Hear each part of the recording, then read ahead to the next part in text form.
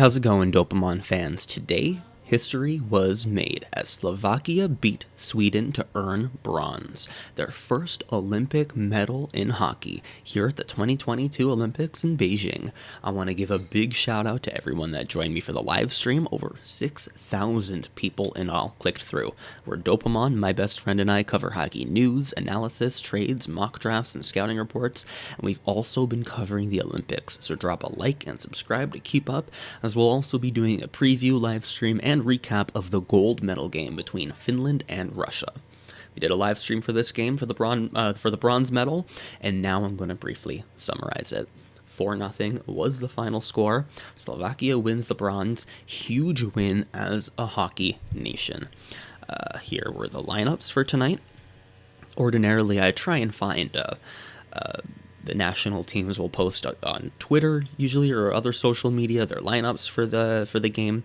Sweden does, but they're rather ugly. They don't look very nice, and Slovakia doesn't, so I'm using Flash Scores lineups here, and I'm going to leave them on as I go through the game. To start the game, the first 5 minutes, all Sweden. They came out with a lot of speed, a lot of energy, and they were able to convert that into chances. They maintained offensive zone pressure, kept the puck, and were able to get a few shots, really good shots in on the cycle. Good passing plays. And that leads to, with 4:48 in the first, Patrick Rybar, the Slovakian goaltender, gets a tripping penalty. He, outside of his own crease, kind of sticks his arm out and trips the Swedish forward. Can't do that. A lot of pressure by Sweden early on, and kind of forces that penalty. On the power play, the Swedes do get a lot of good chances. Lucas Wallmark easily with 3 possible goals, but simply either fans on the puck or misses the net entirely.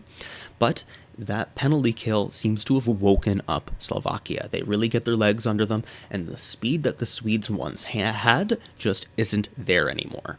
For the first 10 minutes of the game here, Sweden gets 8 shots, but by the 10-minute point, Slovakia has evened those shots up 8-8, and for the rest of the period, Sweden doesn't get a single shot. Slovakia, getting their feet under them, keeps the shots against at 8 for 10 minutes, denying Sweden anything. Strong forechecking by Slovakia, keeping the puck in Sweden's defensive zone, always having one forechecker to force the Swede to make a pass, usually a bad pass, and then causing a turnover in the neutral zone and going back the other way. That was Slovakia's game. When they finally caught up to the Swedes with the energy and pacing and speed, they were able to apply that and dominated this game. By the end of the first, I was pretty well agreeing that just based off of play, they deserved this win. To start off the second period, a lot more of the same. I don't think Sweden got a shot at all until Juraj Slafkovsky, the Slovakian 17-year-old top prospect for the 2022 NHL entry draft, still has braces on. I don't think any Olympian for hockey has ever come in with braces. He came in with 5 goals, tied for first with Sweden's Lucas Wallmark for goals. This one, which stands as the game-winning goal, is his 6th to lead the tournament alone. It was a great goal by him, sort of an ordinary breakout. Slafkovsky with the puck in the neutral zone. The Swedes kind of force him wide to the boards as he gets into the zone, and a very strong wrist shot that bounces off the Swedish defender and goes right over Lars Johansson's shoulder. Immediately following, Sweden gets 2 back-to-back penalties. On the first one, Sweden's able to kill it off, but on the second one, just as time's about to expire, Sweden's on a defensive zone face-off and they win it. But Pavel Regenda, who's been incredible all game, gets the puck behind the Swedish goaltender, forces a turnover in the corner despite Sweden winning the face-off. From behind the net, passes to Samuel to catch at a funny angle, and from that sharp angle, to catch just squeezes the puck in over right next to the post as Lars Johansson, who's moving left to right, just can't squeeze his shoulder against the post quick enough. And immediately after that, we do get a penalty for Slovakia. Peter Solaric himself, he's a penalty killer, so him in the box is kind of a big deal, and that actually gave a chance for Juraj Slafkovsky to come out and kill a penalty, who I thought did a pretty good job. As a forechecker, he denied a key breakout pass by the Swedes in their own zone. From behind the net, the Swedish defenseman tried to make a pass. Slafkovsky sticked it down, killed 20 seconds off the power play, and much like the first penalty kill for Slovakia, it gives them a lot more energy. Of course, Sweden trying to gain their own energy right after that to catch goal, but on this kill, Slovakia takes it back, and for the rest of the period, it is all Slovakia. To start the third period, Sweden really starts to find their game. With a 2-0 lead, Slovakia seems to kind of let off the gas pedal a little bit, where the first 2 periods they had a very strong and fast forecheck, denying Swedes space in their own zone. To start the third period, they seemed to hold back on the forecheck a little bit, and the Swedes did have a lot more space to drive towards the net. They were getting a lot more chances, whether that's from Slovakia kind of holding back or Sweden kind of having an energy start forward. To start the third period, I think both are absolutely factors, but we do get a penalty to Daniel Brodin for roughing. He punches, I forget which Slovakian he punched in the face. You can't do that. That is roughing. It seemed to kind of, Slovakia with a power play, they didn't have a very strong power play.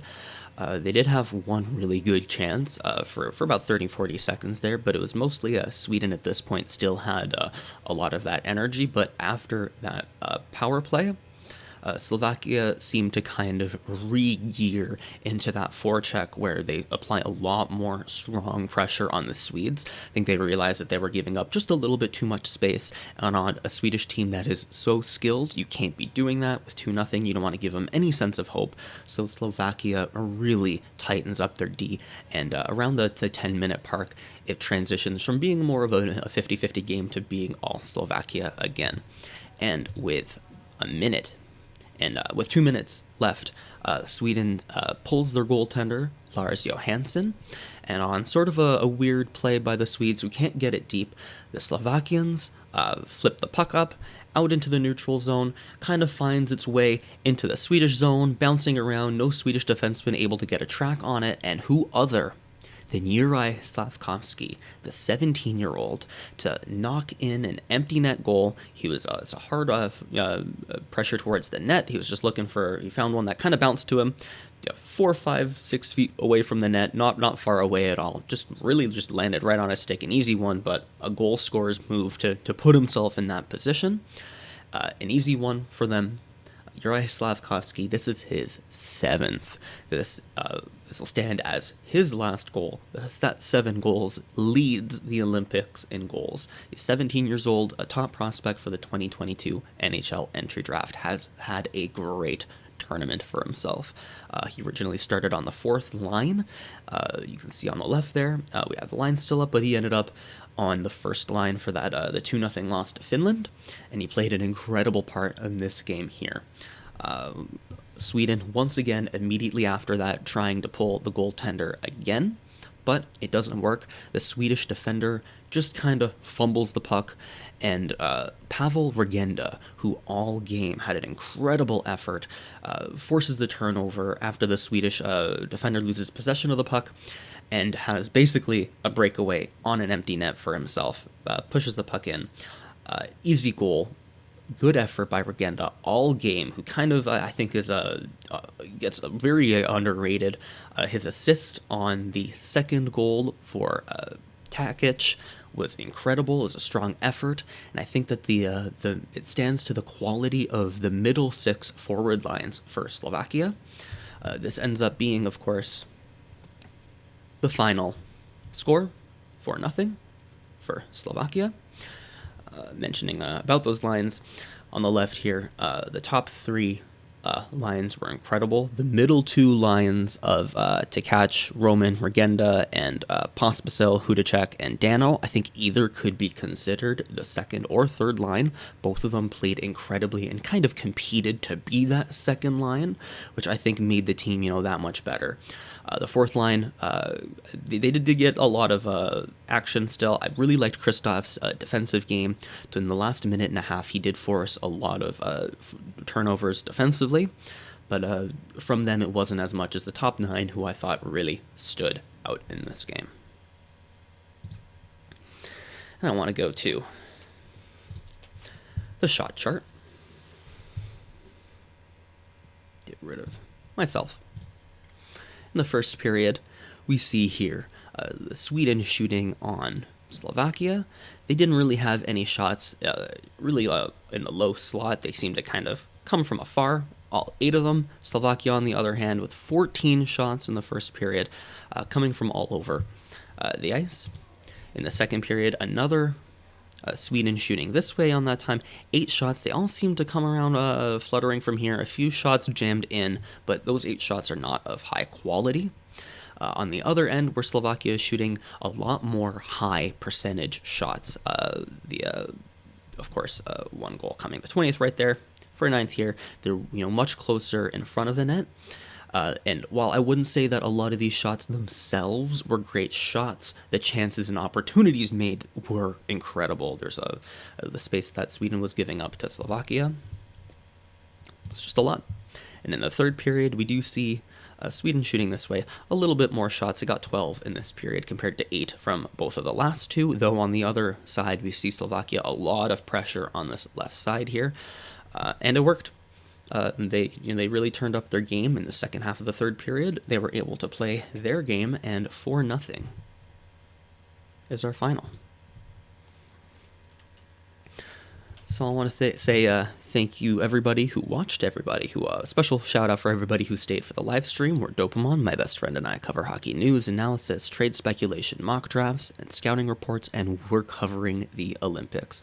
So drop a like, subscribe, and stick around for our coverage of the gold medal game between Finland and Russia, or the ROC, at the 2022 Olympics in Beijing. Peace.